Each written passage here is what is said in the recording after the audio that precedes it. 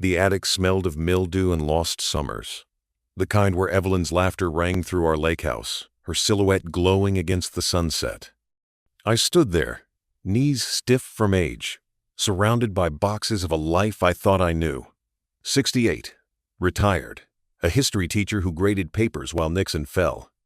Our Ohio suburb was quiet porch coffee, church Sundays, Evelyn's hymns drifting from the kitchen. 40 years of marriage, 2 kids raised, a mortgage paid. Perfect, they said. But perfection's a fragile thing, and I felt it crack when my fingers brushed her old sewing desk. It was her mother's, untouched for decades, a relic of simpler days when we wrote letters, not emails. I was up here to clear clutter. Evelyn's nagging, her voice sharp lately, pushed me to it. The drawer stuck, defiant, like it held something forbidden. I pried it open, dust swirling in the slanted light. An envelope slipped out, yellowed, heavy with time. No stamp, just her name, Evelyn, a man's jagged scrawl. My heart stuttered. Why hide a letter? Why here, buried in the past? I held it, the paper brittle as my trust. The words were simple, but they cut. Meet me at the lake house, midnight. Don't tell him. R. No date, but the ink screamed 1980s, maybe earlier. The lake house hour summer haven. Kids splashing. Evelyn tanning on the dock. Who was R? Why midnight? My mind spun. An old flame? A mistake before me? But Evelyn's been different lately, distant, her eyes sliding away when I ask about her community center shifts. I folded the letter, slipped it into my pocket, and descended, the stairs creaking like my thoughts. Downstairs, Evelyn was baking for the church raffle, flour dusting her apron. Coffee? She asked, not looking up. Her voice was warm, but her hands, those steady hands, seemed too careful. I nodded, watching her move, wondering if I'd missed the signs. 40 years? And what? An intimate moment with some R? Or worse? The question gnawed, a splinter in my chest. I thought of our life, the porch swing, the lawn I mowed Saturdays, the vows we spoke when Carter was president. Was it all a lie? I barely slept, her snores a cruel rhythm beside me. By morning, I was someone else, a man unmoored. Evelyn left for volunteering, her routine as predictable as the sunrise. I waited, pulse racing, then returned to the attic. That desk had more secrets. Another drawer. Locked, not stuck. Locked. Since when did Evelyn lock anything? We're the couple who leaves the garage open. I grabbed a screwdriver, hands clumsy, and broke it free. No letters, but a key, taped to the underside, small and cold. Next to it, a bank statement, folded tight, from 1,985. Not ours. Evelyn's name. Alone. With a deposit. $50,000. My knees buckled. I sank to the floor. Key in one hand, statement in the other. 50 grand in 85? A fortune. Where'd it come from? This wasn't just an affair. Affairs don't need locked drawers, secret accounts. Evelyn, the woman who kissed me goodnight for decades, was a stranger. I thought of her smile yesterday, passing me potatoes.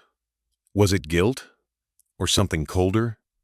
I rummaged further, desperate. Under a pile of old quilts, I found a photo, faded, tucked in a book of hymns. Evelyn, young, radiant, stood by the lake house, a man's arm around her. His face was blurred, but his stance screamed confidence. R? My stomach twisted.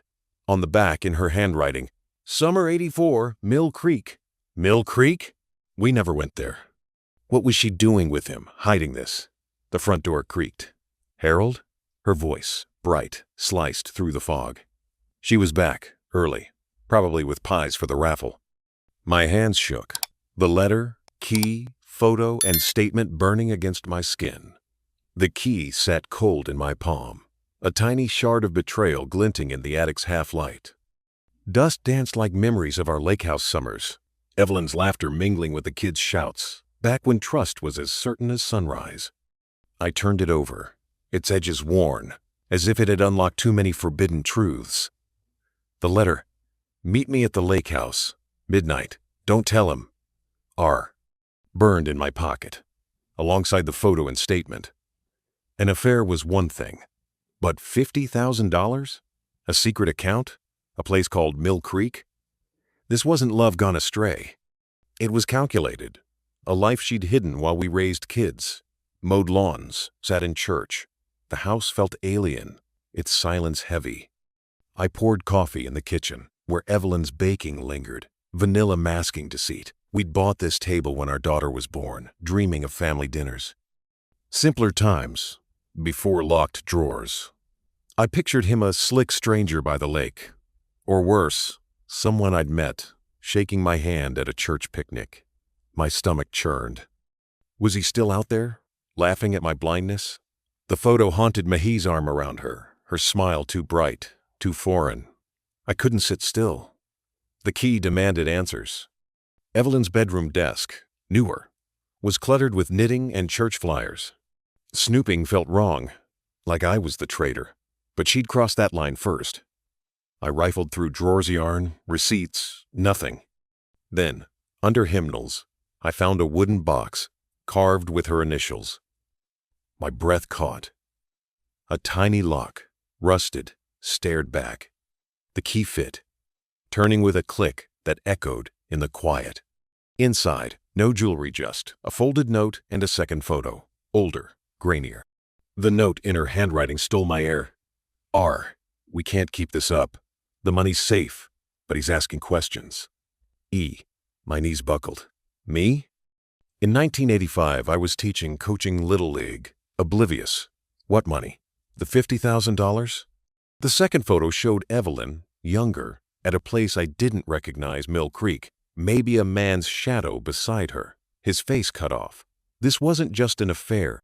It was a conspiracy, planned while I slept beside her. The note and photos weren't enough. The bank statement listed an account number, no bank name. Our basement safe held our deeds, birth certificates, maybe more. I grabbed the key, heart pounding, and descended the creaky stairs. The safe's dial was stiff. The combination, our anniversary. Irony's cruel.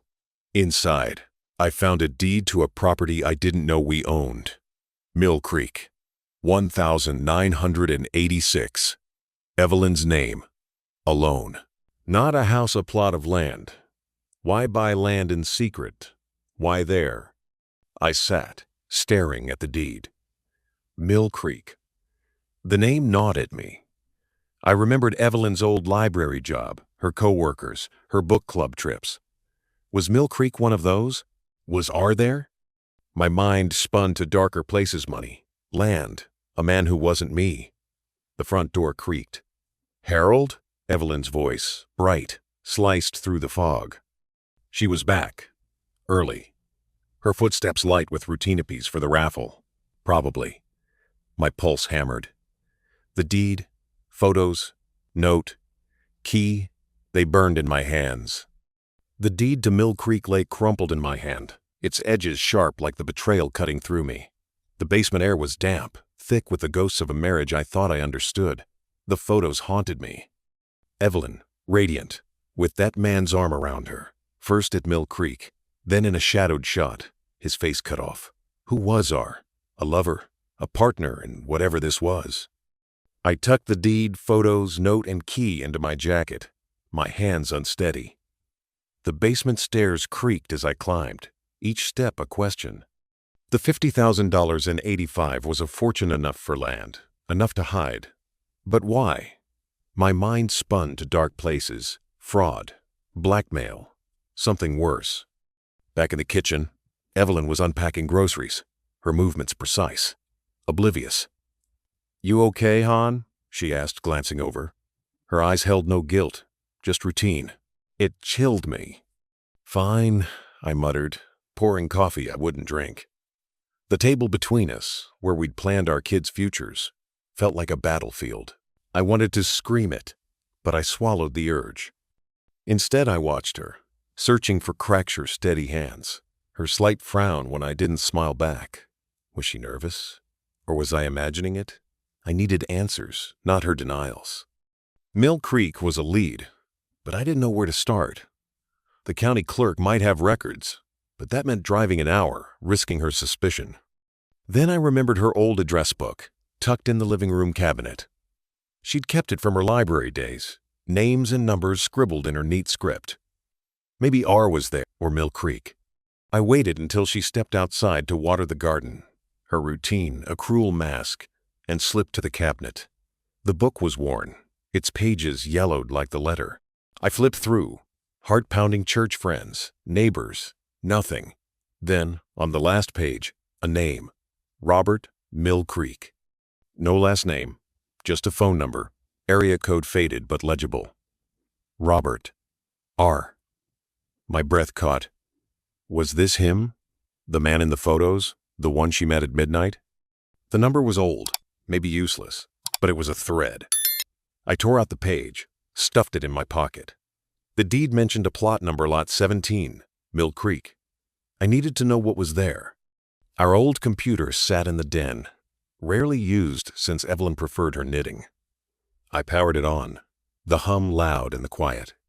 A quick search for Mill Creek, Ohio property records pulled up a county site. Lot 17 was registered to Evelyn, purchased in '86, but undeveloped. No house, no business, just land.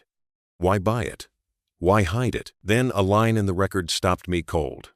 Co-owned, 1,980. 6, 1,990. Robert Callahan. Robert Callahan. R. My chest tightened. He wasn't just a fling hay owned land with her. The computer screen blurred as my mind raced. Was the $50,000 for this land? Was it still his, somehow? I printed the record, hands shaking, and hid it with the rest. I needed to find this Robert, or what was left of him. But how? The phone number might be dead. The library, where Evelyn worked in the '80s, might have old staff records or someone who knew him. The garden hose shut off outside. Evelyn would be back any second. Her footsteps, a countdown. My pulse hammered. The address book page, the property record, the key they were dynamite, and she was the spark. The name Robert Callahan burned in my mind, a match struck in the dark of our living room. The old address book, its pages brittle as my trust, lay open on the coffee table, Robert Mill Creek scrawled in Evelyn's careful hand. I clutched the torn page. The phone number faded but legible. The letter and her note. The money's safe, but he's asking questions pointed to him. The deed, co-owned with Robert Callahan from '86 to '90, tied him to her secret land.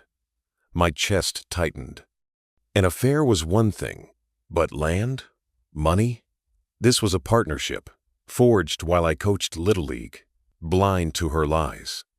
The living room felt suffocating, its walls lined with photos of us smiling, clueless. I thought of our kids, grown, gone, never suspecting their mother's double life. The property record lot 17. Undeveloped offered no answers, just questions. I needed to know more, but the library, where Evelyn worked in the '80s, was my best bet. They might have old staff records, or someone who remembered Robert Callahan. It was a risk leaving the house, digging into her past, but staying still was worse. I slipped the address book page, photos, deed, and key into my jacket, heart pounding. Evelyn was outside, watering roses, her routine a cruel mask. "Harold, do you want lunch?" she called, her voice light. I froze. "Not hungry," I mumbled, my throat dry. Her eyes lingered through the window, sharper than usual. Did she sense something? I grabbed my car keys, muttering about errands, and headed to the garage. The library was 20 minutes away, a place we used to visit together, Evelyn shelving books while I read history journals. Now, it was enemy territory. The library's fluorescent lights buzzed, a stark contrast to the warmth I remembered. The clerk, a young woman, barely looked up. "Staff records from the '80s?" she said, skeptical. "Maybe in the archives, but they're restricted." I leaned in, voice low. "It's for a family matter. My wife worked here, Evelyn." Her face softened. She pointed me to a basement archive. Warning, it was a mess. The stairs creaked, the air musty. Boxes lined the shelves, labeled by year. I found 1,985, my hands shaking as I opened it. Pay stubs, schedules, nothing. Then, in a folder marked Events, a photo. Evelyn, smiling, at a library fundraiser. Beside her, a mantle-sharp jaw, the same smug stance as the Mill Creek photo. On the back, in pencil, Evelyn and Rob, 85. Robert Callahan. My stomach lurched. This was him, the man in her photos, the one she met at midnight. I pocketed the photo, guilt mixing with adrenaline. Another box held a staff list. There he was, Robert Callahan, part-time clerk, 84, 86. No address, but a note. Resigned, moved to Mill Creek. I needed to know where he was now. The phone number from the address book was my only lead, but calling it risked everything Evelyn finding out, or worse, Robert answering. I drove home, the new photo burning beside the others. The library had given me a face, a name, a piece of her past. But Mill Creek was still a mystery. Why buy land with him? What was the $50,000 for? My mind spun fraud, a hideout, something darker. I pulled into the driveway, Evelyn's car still there. She'd be inside, cooking or knitting, playing the perfect wife. But I saw her nowhere glances, her locked drawers. As I opened the front door, the phone rang, shrill in the quiet. Evelyn answered, her voice low, urgent. "Not now," she whispered, then hung up. My pulse spiked. Was it him? Robert? The phone's echo lingered in the air, sharp as a blade slicing through our living room. Evelyn's voice low, urgent. Not now, hung like a confession she didn't mean for me to hear. I forced my legs to move, slipping the photos, deed, and note into my jacket. His voice from the payphone gruff, evasive. "You got the wrong guy," replayed in my head. He knew about Mill Creek.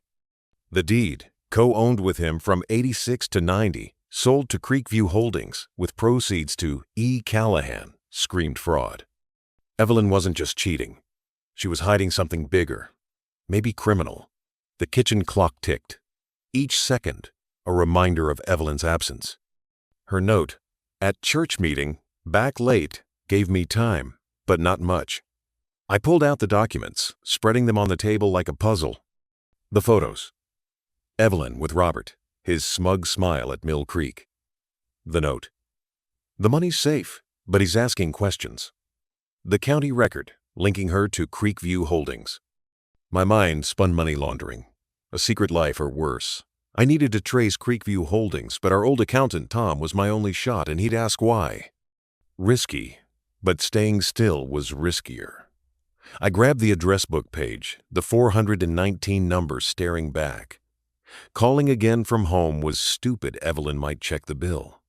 But the gas station payphone was still an option. I hesitated, remembering Robert's voice, his lie. He's local. That thought chilled me. Was he watching us? Meeting her? I needed to find him, not just call.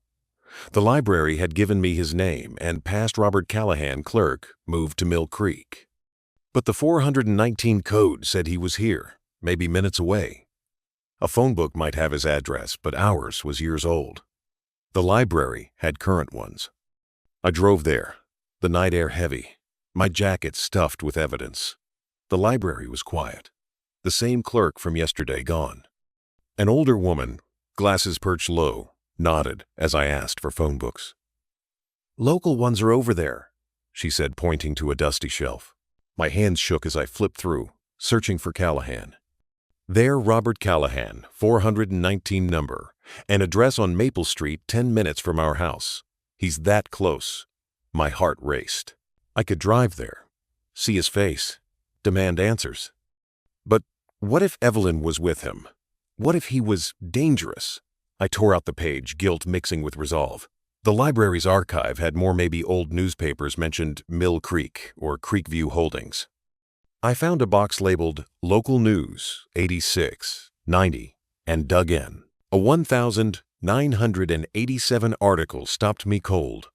Mill Creek Development halted amid fraud probe. Creekview Holdings was named, suspected of funneling money through ghost properties. Evelyn's land lot 17 was listed.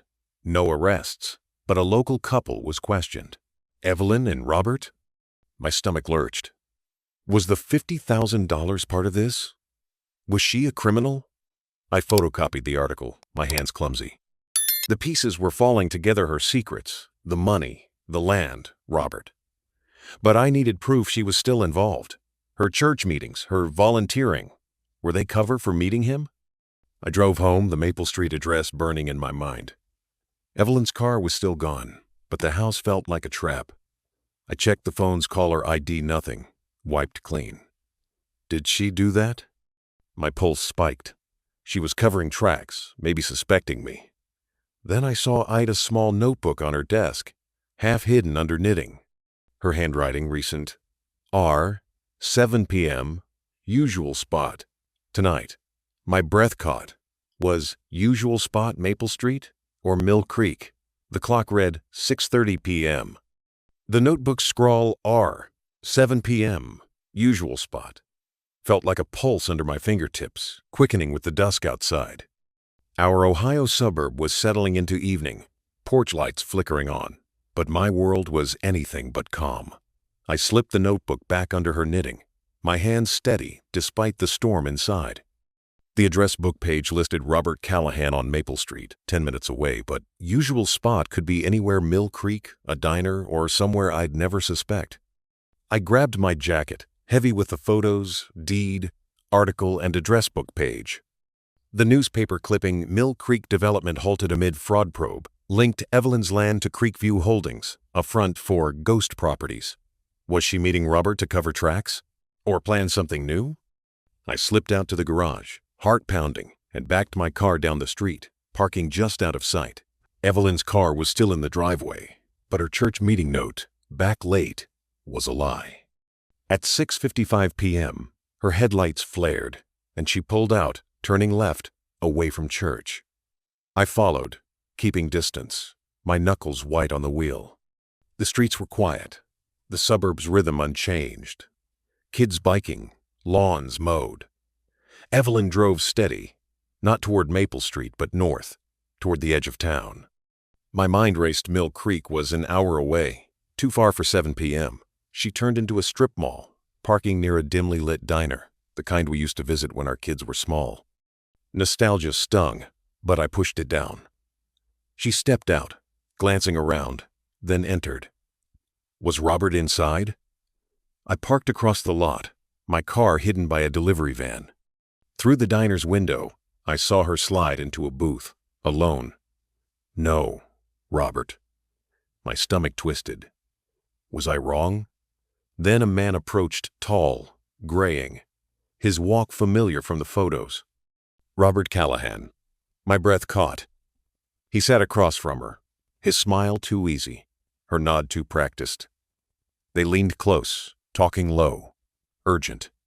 I wanted to storm in, demand answers, but I needed proof, something solid to tie them to the fraud, the money, the land.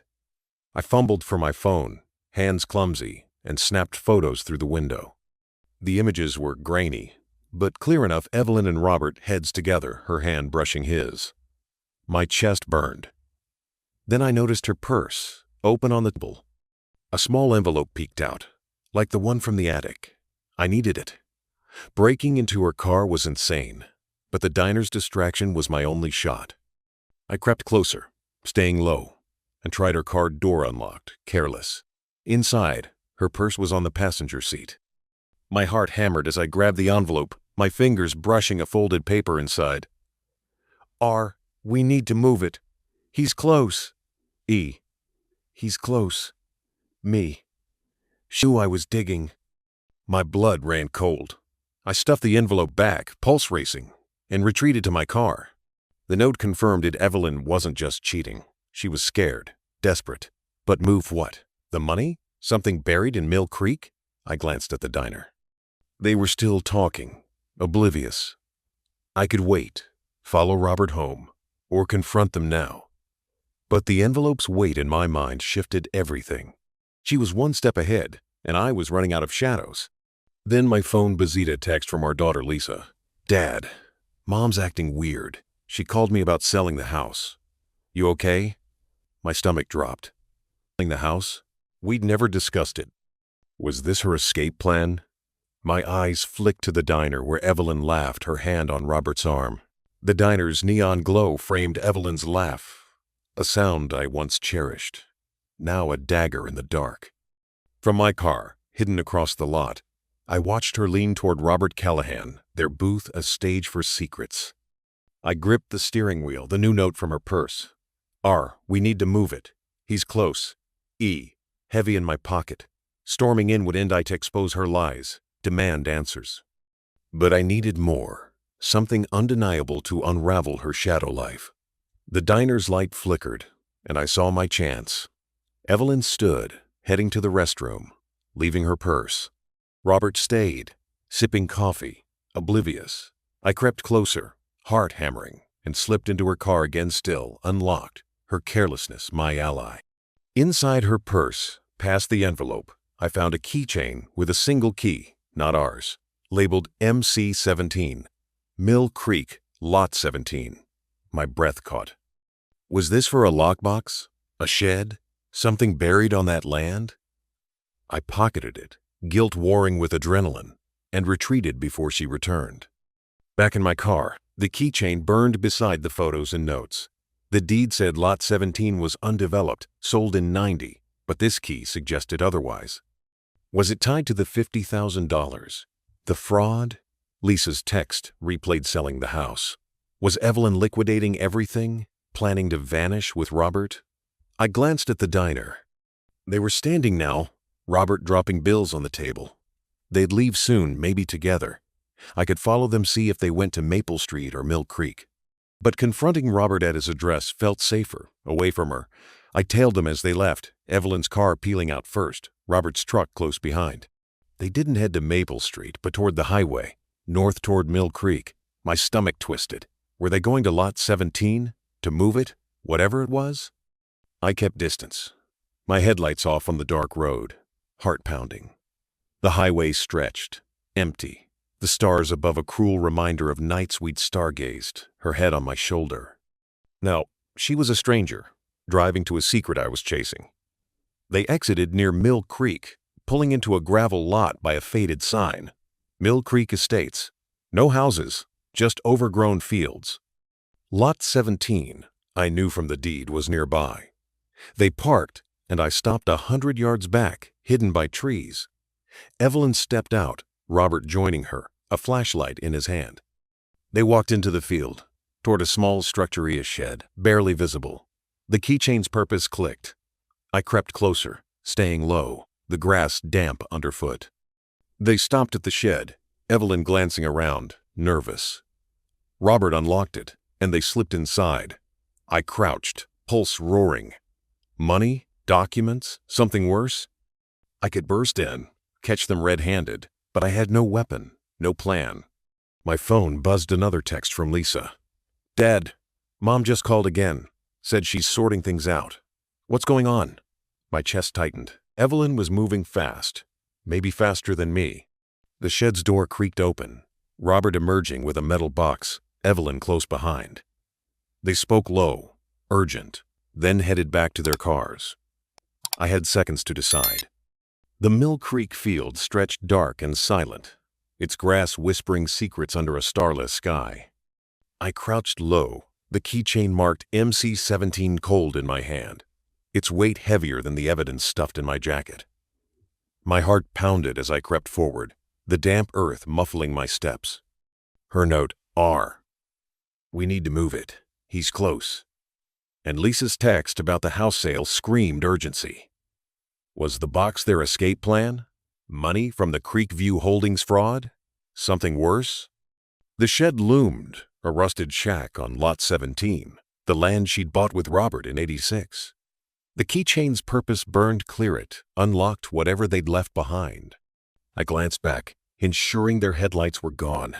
This was my chance, but one wrong move could end it all. The door creaked as I pushed it open, the air inside thick with mildew and metal. My flashlight beam swept the cramped space shelves, tools, cobwebs. Then, in the corner, A trap door, padlocked, the lock matching the MC-17 key. My hands shook as I inserted the key. The click loud in the silence. The trapdoor lifted, revealing a small compartment. Inside, no money, no jewels, just a leather-bound journal, its pages yellowed, and a sealed envelope. My stomach twisted. Another letter? Or worse? I opened the journal, Evelyn's handwriting unmistakable. Entries from 1,985. R says the money's clean now. Creekview will cover us. Another, 1,986. Harold's clueless, thank God. Mill Creek's ours. My chest tightened. She wrote about me, her husband, like a fool. A later entry, 1,990. Sold lot 17, but R wants more. He's dangerous. Robert wasn't just her lover. He was a threat. The envelope was heavier, sealed with wax. I tore it open, finding a single sheet. A bank transfer receipt, $1,990, $75,000 from Creekview Holdings to E. Callahan. Below, in her hand, for Lisa's future, don't tell R. Lisa's future? My daughter. My knees buckled. Was this why Evelyn was selling the house to protect Lisa from Robert? Or to hide this money? The journal and receipt painted a chilling picture. Evelyn and Robert ran a scam through Creekview, but he'd turned on her. She'd kept the money for Lisa, not me. The shed felt like a tomb, its walls closing in. I stuffed the journal and receipt into my jacket, my mind racing. Was Robert blackmailing her? Was the box they took a decoy? I stepped outside, the night air sharp. Lisa's text, Mom sorting things out, took on new weight. Was Evelyn planning to run, leave me, take Lisa's inheritance? I needed to confront her, but the journal's words, "R's dangerous," stopped me. Robert was still out there, maybe with her now. Maple Street, his address, was my next move, but Mill Creek was an hour from home. If I went now, I'd lose her trail. My phone buzzed Lisa again. Dad, Mom's home, acting frantic? What's wrong? Home? Evelyn was back, faster than I'd expected. Had she seen me? Did Robert tip her off? I froze, the shed's shadow swallowing me. The journal's entries replayed Evelyn's fear. Robert's greed. The box they took was gone, but this journal was dynamite. I could drive home, confront her with it, demand the truth about Lisa, the money, Robert. But if Robert was dangerous, was she protecting me, too? Or was she playing me still? My car was 100 yards away, the keychain and journal heavy in my hands. Headlights flashed in the distance, someone approaching. The headlights sliced through the Mill Creek darkness, pinning me like a confession I couldn't escape. I crouched by the shed, the journal's weight, Evelyn's words, her betrayal anchoring me to the damp earth. I dove behind the shed, heart pounding as a car stopped. Evelyn's voice, sharp, cut through the night. He's here, Robert. I know it. Me. My breath caught. The journal's note. He's close. Wasn't a guess. She'd tracked me. Maybe saw my car. Robert's gruff reply. Let's finish this. Footsteps crunched toward the shed, their flashlight beam sweeping. I clutched the journal, the receipt, for Lisa's future, and the keychain. Lisa's text about the house sale flashed Evelyn's escape plan. I stood, stepping into their light, journal raised like a shield. It's over, Evelyn. Her face paled, eyes wide, not with guilt but fear. Robert sneered, the metal box from the shed in his hand. You're in deep, old man, he said, voice low. I held up the journal. Creekview Holdings. The $50,000 Lisa's money. You wrote it all. Evelyn's lips trembled. Harold, you don't understand. I laughed, bitter. 40 years, and you're a thief. A liar. The receipt burned in my hand.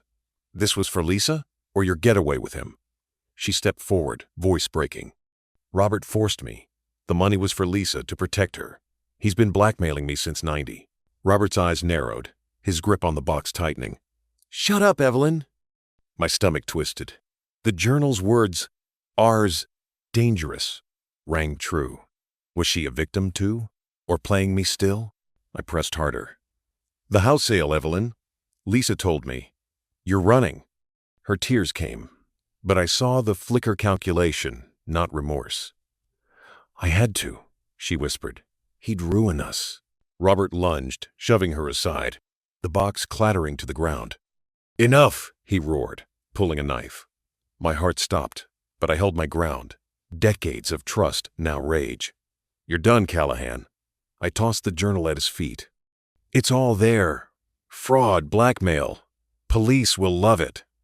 He froze, the knife wavering. Evelyn sobbed. Harold, please, don't. But I saw her hand slip to her pocket, a phone glinting. I didn't trust her tears.